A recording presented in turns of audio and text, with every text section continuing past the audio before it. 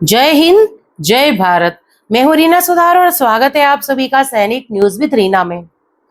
कल शाम केंद्र सरकार की तरफ से 2% बढ़े हुए डीएडीआर को मंजूरी मिल ही गई। हालांकि देखिए, कैबिनेट की जानकारी परसों शाम से ही आ रही थी और हमने अपने वीडियो के माध्यम से इसकी जानकारी भी शेयर की थी।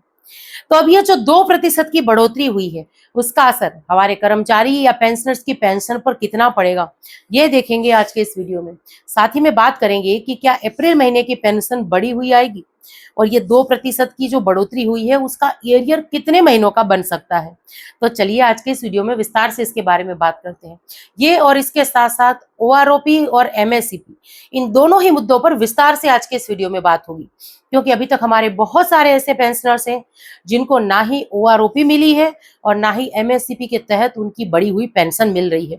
तो चलिए आज के इस वीडियो में ही जानकारी के लिए आगे बढ़ते हुए आप सभी से निवेदन है कि वीडियो में अंत तक बने रहिएगा। इस चैनल के माध्यम से दी गई जानकारी अगर आप सभी लोगों के लिए यूजफुल रह रही है तो लाइक और शेयर कर दीजिएगा। इस वीडियो को हाइप जरूर से करिएगा ताकि हर एक कर्मचारी पेंशनर्स तक इस वीडियो की जानकारी पहुंच सके। आप चाहें तो चैनल को ज्वाइन कर सकते हैं, लेकिन अगर अभी तक सब्सक्राइब नहीं किया है तो जल्दी से पहले चैनल को सब्सक्राइब कर लीजिए, नोटिफिकेशन ऑन कर लीजिए, फिर वीडियो को देखना कंटिन्यू करिए। इसी के साथ आज के इस वीडियो की शुरुआत करते हुए सबसे पहले बात कर लेते हैं अप्रैल महीने की पेंशन को लेकर। देखिए, कई समय से अटकलें आ रही थी कि अप्रैल महीने की पेंशन क्या बढ़ी हुई आएगी या नहीं आएगी। तो आज के इस वीडियो में सबसे पहले इसी के बारे में बात करते हैं। और करोड़ों कर्मचारी पेंशनर्स का इंतजार जो महंगाई भत्ते को लेकर था, यानी महंगाई भत्ता और महंगाई राहत को लेकर हमारे कर्मचारी और पेंशनर्स जो परेशान हो रहे थे, तो फाइनली ये इंतजार कल शाम को कंप्लीट हुआ जब केंद्र सरकार ने बढ़े हुए महंगाई भत्ते पर मोहर लगा दी, यानी उसको जारी कर दिया। आदेश तो आ ही गया है, लेकिन ये आदेश आते आते काफी वक्त लग गया है। 15 तारीख बीत चुकी है और अब पेंशन वगैरह का प्रोसेस जो है वो ऑलरेडी शुरू हो गया होगा कई बैंकों में। या अगर बात करूं स्पर्श से भी, तो स्पर्श से भी 1-2 दिन में जो है पेंशन क्रेडिट का मैसेज आ जाएगा। अब ऐसे में ये संभावना काफी कम है कि अप्रैल महीने की पेंशन के साथ ये बढ़ोतरी हमें देखने के लिए मिले। हालांकि कुछ बैंक्स जो है वो अपने जो पेंशनर्स हैं उनको ये पैसा जोड़कर जरूर से दे देगी, एरियस वगैरह देगी, लेकिन स्पर्श की तरफ से जो है ये बढ़ोतरी हमें देखने के लिए मिले अप्रैल महीने की पेंशन में, इसकी संभावना काफी कम है। हालांकि अभी 1-2 दिन में, आज 19 तारीख हो गई है, 21 तारीख के आसपास से जो है स्पर्श टीम के द्वारा अप्रैल महीने की पेंशन का एडवांस मैसेज जो है वो आना शुरू हो जाएगा। उससे ये कंफर्म हो जाएगा कि इस महीने ये बढ़ोतरी हमारी पेंशन से जुड़ी हुई है या नहीं, यानी 58% के साथ हमारी पेंशन आएगी या 60% महंगाई राहत के साथ आएगी।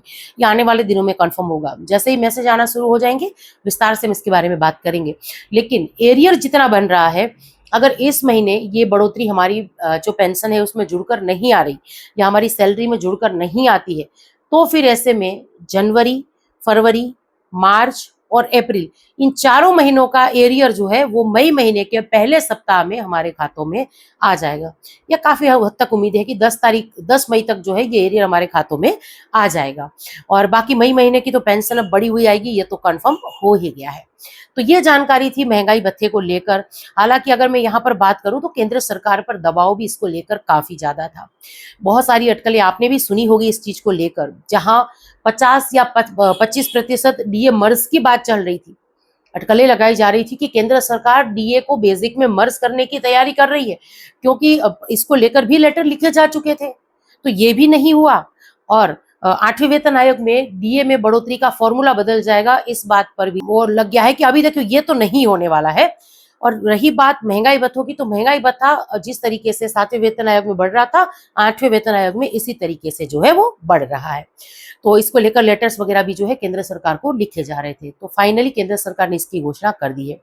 अब वीडियो में आगे बढ़ते हुए बात करते हैं एमएससीपी से जुड़ी हुई।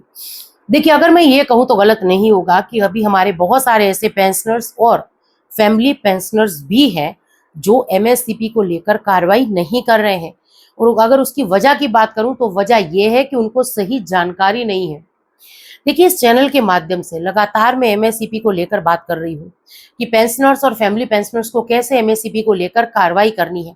आप में से बहुत सारे ऐसे पेंशनर्स हैं जो ऑटोमेटिकली वीडियो को देखकर कार्रवाई कर रहे हैं एमएससीपी से जुड़ी हुई, क्योंकि आप सब जानते हैं कि इस चैनल के माध्यम से मैं हमेशा वही मुद्दे उठाती हूँ, वही वेलफेयर को से जुड़े हुए जो पॉइंट्स है उसको आगे लाती हूँ, जिनसे हमारे पेंशनर्स और फैमिली पेंशनर्स का फायदा हो सके।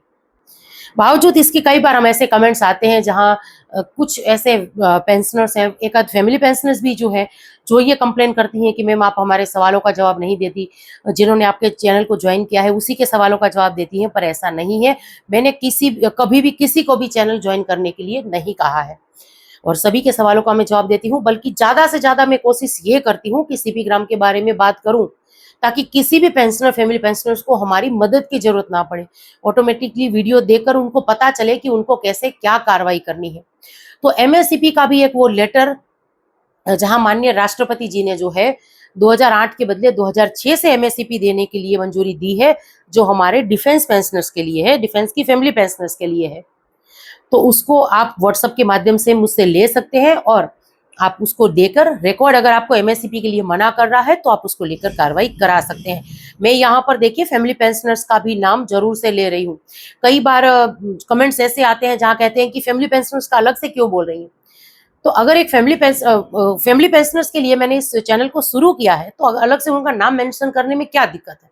अगर जब अब महंगाई भत्तों की बात करते हैं, वो जो हमारी फैमिली पेंशनर्स है उनको भी लागू है, 8वां वेतन आयोग है वो भी फैमिली पेंशनर्स को लागू है, तो ये उनको बताने में मुझे भी खुशी होती है। हमारी इस चैनल के साथ बहुत सी एजेड फैमिली पेंशनर्स जुड़ी हुई है जो विश्वास रख रही है मुझ पर, इस चैनल पर, तो मेरा भी फर्ज बनता है कि मैं उनको सही जानकारी दूं।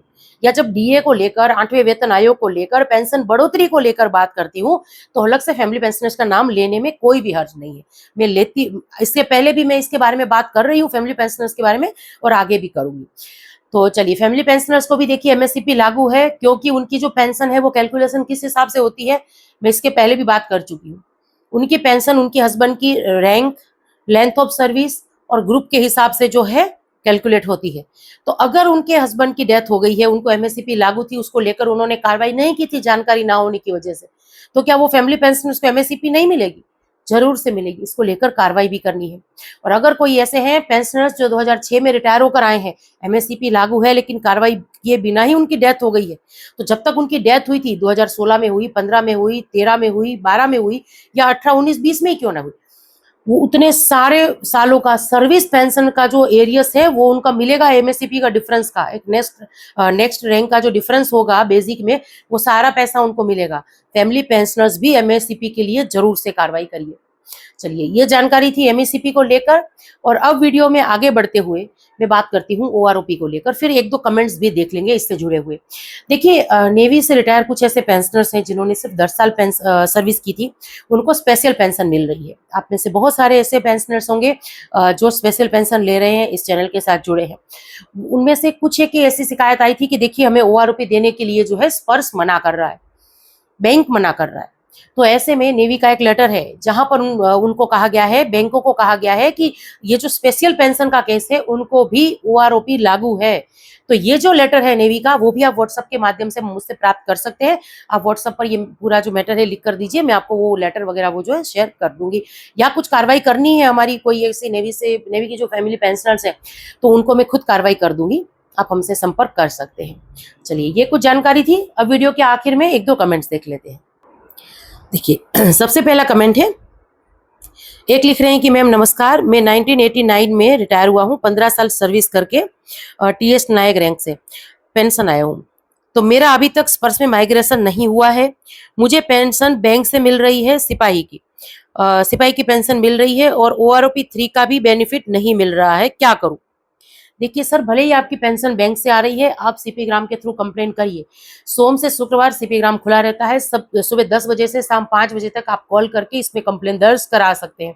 जब कॉल करते हैं अपने पास पीपीओ रखिए और एक पेंसिल और एक कागज रखिए, ताकि वो जब टोकन नंबर दे आप उसको नोट कर सकें। आप बोलेंगे, सीपी ग्राम के जो बंदे हैं आपकी शिकायत नोट कर लेंगे। सिविल बंदे होते हैं तो रैंक वगैरह का उनको ध्यान नहीं होता है, सही से कंप्लेन लिखाइए, जल्दी से आपकी कंप्लेन जो है अब दर्ज करा दीजिए। भले आपकी पेंशन बैंक से आ रही है या स्पर्श से, अभी माइग्रेशन नहीं हुआ, कोई भी दिक्कत नहीं है। स्पर्श में माइग्रेशन नहीं हुआ, ये आपकी गलती नहीं है, जब समय आएगा माइग्रेशन हो जाएगा। लेकिन जो ये सारी परेशानी है कि आपको गलत रैंक का पेंशन मिल रहा है या OPO3 का बेनिफिट नहीं मिला है, ये सारी समस्या सुलझ जाएगी। जितना भी बकाया आपका एरियर है ये खुद ब खुद आपके खातों में आ जाएगा। आपको किसी को भी एक भी पैसा देने की जरूरत नहीं पड़ेगी, और इस बात का जरूर से ध्यान रखिए। देखिए, इस चैनल के माध्यम से अगर मैं ये कहूंगी तो गलत नहीं होगा कि सिर्फ और सिर्फ इस चैनल के माध्यम से ही आपको सीपी ग्राम के बारे में जानकारी मिलेगी, और कोई भी चैनल ये प्रयास नहीं करेगा कि आप खुद इंडिपेंडेंट बनिए और आप खुद आपकी कंप्लेंट जो है सीपी ग्राम या रिकॉर्ड या PCDA तक पहुंचाइए। सिर्फ इस चैनल के माध्यम से मैं ये प्रयास करती हूँ कि सीपी ग्राम के नंबर ज्यादा से ज्यादा शेयर करूं, ताकि मुझे हमारे पेंशनर और फैमिली पेंशनर्स को फोन पर गाइड करने की जरूरत ना पड़े। तो इस बात का ध्यान रखिए, इस चैनल को, इस वीडियो को ज्यादा से ज्यादा अपने दोस्तों तक, अपनी फैमिली पेंशनर्स बहनों तक फैलाइए ताकि उनको भी पता चले। तो चलिए सबसे आखिर में एक और कमेंट देख लेते हैं। एक है कि स्पर्श में माइग्रेशन के बाद पेंशन कम हो गई है, क्या करें। देखिए, कई बार ये होता है कि बैंक जो है वो पेंशनर या फैमिली पेंशनर्स को थोड़ी एक्स्ट्रा पेमेंट दे रही होती है, गलत रैंक की पेंशन दे रही होती है। बहुत सारे केस हमने ऐसे देखे हैं जहां स्पर्श में माइग्रेशन हुआ है और फिर जो है उनको उनकी पेंशन में स्पर्श के बंदों को पता चला है कि यहाँ ये थोड़ी गड़बड़ी है।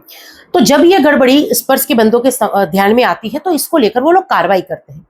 कुछ मामले में होता है, कुछ मामले में क्या होता है कि बैंक की कोई गड़बड़ी ना हो या स्पर्श की गलतियों की वजह से भी आपकी पेंशन जो है वो कम कर दी जाती है। अब ये मामला क्या है, ये आपको कैसे पता चलेगा? जब आप सीपी ग्राम के थ्रू कंप्लेन दर्ज कराएंगे तब आपको पता चलेगा कि आपकी पेंशन एकदम से कम क्यों हो गई है। ज्यादातर जो है स्पर्श की गलती होती है, तो ये वो सुधार भी देंगे। जितना पैसा आपका कम आया है वो भी आपके खातों में क्रेडिट हो जाएगा।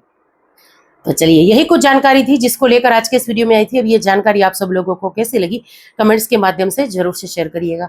इसी के साथ आज के इस वीडियो से विदा लेती हूँ। जय हिंद।